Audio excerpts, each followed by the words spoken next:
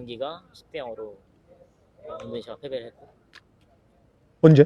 Demi bela negara, WNI di Timur Tengah berbondong-bondong dukung timnas ke stadion langsung. FIFA turun tangan, akhirnya Bahrain diberikan sanksi berat. Berkat Indonesia mendunia, kini FIFA ikut bantu memperhatikan hal-hal yang merusak sportivitas sepak bola. Selama ini tidak ada sanksi tegas terkait penggunaan laser supporter yang diarahkan ke pemain lawan. Kini FIFA turun tangan untuk menindak hal itu. Terbaru, Bahrain dapat sanksi berat dari FIFA jelang menghadapi timnas Indonesia dalam lanjutan kualifikasi Piala Dunia 2026 zona Asia. Laga tersebut bakal digelar pada 10 September 2024 di Bahrain National Stadium, Riyadh. Skuad asuhan Shin Tae-yong sepertinya bisa berpikir lebih rileks jelang laga ini. Pasalnya, kekhawatiran skuad timnas Indonesia soal teror supporter tim tuan rumah mulai mendapatkan perhatian dari FIFA. Bahrain harus berhati-hati usai mendapatkan surat peringatan dari FIFA. FIFA menjatuhkan sanksi keras kepada Bahrain, usai 2 insiden memalukan saat menghadapi Jepang pada 10 September 2024. Kabar tersebut dikonfirmasi dari Al Watan News. Sanksi pertama yang dimaksud adalah aksi supporter yang menyalakan laser ke arah pemain Jepang. Dalam tayangan ulang, supporter terlihat mengarahkan laser ke arah Hayase Ueda, sesaat sebelum mengeksekusi tembakan penalti. FIFA memberikan sanksi berupa denda sebesar 5.000 Swiss franc, 91 juta rupiah. Sanksi kedua berupa aksi memalukan supporter yang menghina lagu kebangsaan Jepang. FIFA juga memberikan denda dengan nominal yang sama karena insiden tersebut.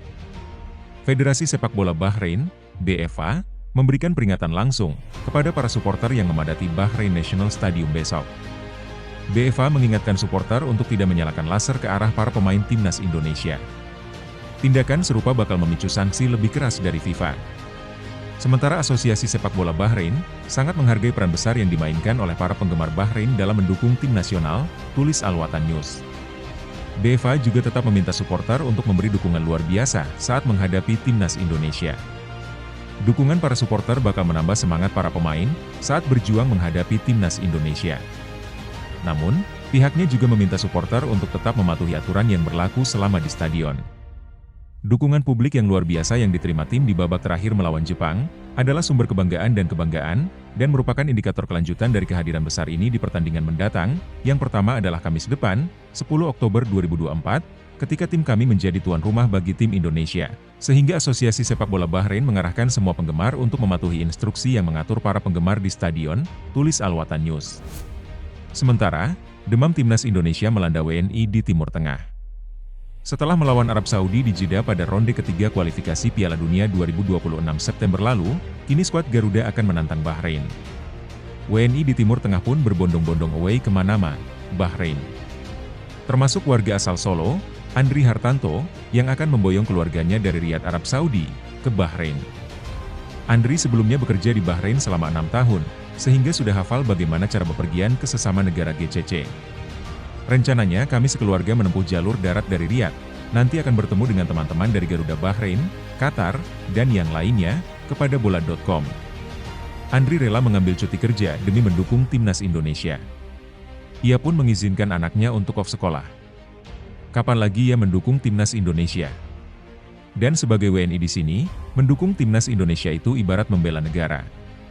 Jadi bagaimanapun caranya kami akan datang, katanya. Andri bersama keluarganya menempuh jalur darat sekitar 5 jam dari Riyadh. WNI yang sudah menjadi permanent residence di negara GCC, Gulf Cooperation Council, tidak perlu mengurus visa, tinggal membawa ID yang dikeluarkan negara masing-masing. Ketua Umum PSSI Erick Thohir bereaksi. Ini setelah pelatih timnas Indonesia, Shin Tae-yong melongo saat tahu skuad Garuda pernah dibantai Bahrain.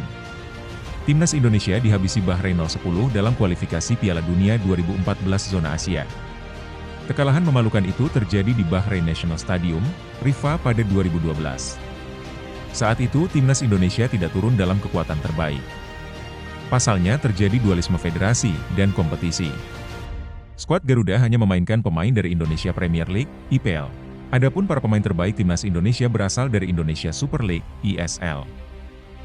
Kala itu ISL dikendalikan oleh Komite Penyelamat Sepak Bola Indonesia, KPSI, tandingan PSSI. Erick Thohir memahami respons Shin Tae-yong.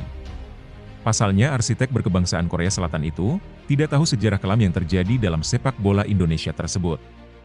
Ya karena kan Shin Tae-yong tidak tahu historinya, kalau tidak salah waktu itu pas dualisme PSSI, dualisme kompetisi, ujar Erick Thohir kepada wartawan. Saya juga masih muda banget dong, ya waktu itu akhirnya kan kita tidak bisa mengirimkan tim terbaik, ya wajar dibantai. Tetapi itu kan menjadi pelajaran buat kita, katanya menambahkan. Di stadion yang sama Bahrain National Stadium, Timnas Indonesia akan kembali menantang Bahrain pada Kamis 10 Oktober malam WIB, dalam partai ketiga putaran ketiga kualifikasi Piala Dunia 2026 Zona Asia Grup C. Menarik menanti aksi skuad Garuda era Shin Tae-yong dan Ketum PSSI Bapak Erick Thohir. Martin Paes menilai perbedaan bahasa tidak menjadi kendala saat berada di Timnas Indonesia. Malahan kiper 26 tahun ini siap belajar bahasa Indonesia. Justru perbedaan waktu antara Amerika Serikat dengan Indonesia yang dianggapnya sebagai kendala. Namun sejak menyatakan siap menjadi WNI, hal ini akan coba diatasi. Perbedaan budaya tidak begitu berarti bagi saya. Saya yakin ada banyak kesamaan dalam cara saya menjalani hidup dan budaya di sana, kata Paes dalam wawancara dengan FIFA. Saya rasa tantangan terbesar bagi saya adalah waktu penerbangan dan beradaptasi dengan perbedaan waktu. Dalam 2 hari, terkadang Anda harus langsung bermain. Itu tantangan besar. Segala kendala yang menghampiri, kata Paes, bisa diatasi berkat peran orang-orang di sekelilingnya. Tidak hanya keluarga, tetapi juga staf kepelatihan Timnas Indonesia. Saya memiliki tim hebat di sekeliling saya yang membantu saya mengatasi masalah tersebut. Dan saya pikir, ya, saya siap menghadapi tantangan itu. Bagi saya, itulah satu-satunya masalah yang sebenarnya. Segala sesuatunya berjalan lancar, dan saya juga menikmati belajar bahasa. Saya pikir dalam beberapa bulan ke depan, semuanya akan menjadi lebih mudah. Jelang duel melawan Bahrain, Eliano Rejders mengaku mendapat dukungan dari keluarganya. Bahkan, pemain 23 tahun itu mengungkapkan bahwa kakaknya, Tijani Rejders, mungkin akan melihat laga Indonesia lawan Bahrain. Saya rasa kakak saya akan menyaksikan pertandingan. Ya, semuanya adalah kesan yang baik bagi kami, ucap Eliano dikutip dari situs resmi PSSI. Keluarga Rejders memang unik. Sebab, Eliano dan Tijani memilih bermain untuk negara yang berbeda. Eliano bermain untuk Indonesia, lewat proses naturalisasi. Sedangkan Tijani merupakan bagian dari Timnas Belanda. Eliano belum mendapat caps bersama Timnas Indonesia. Laga lawan Bahrain bisa jadi debutnya.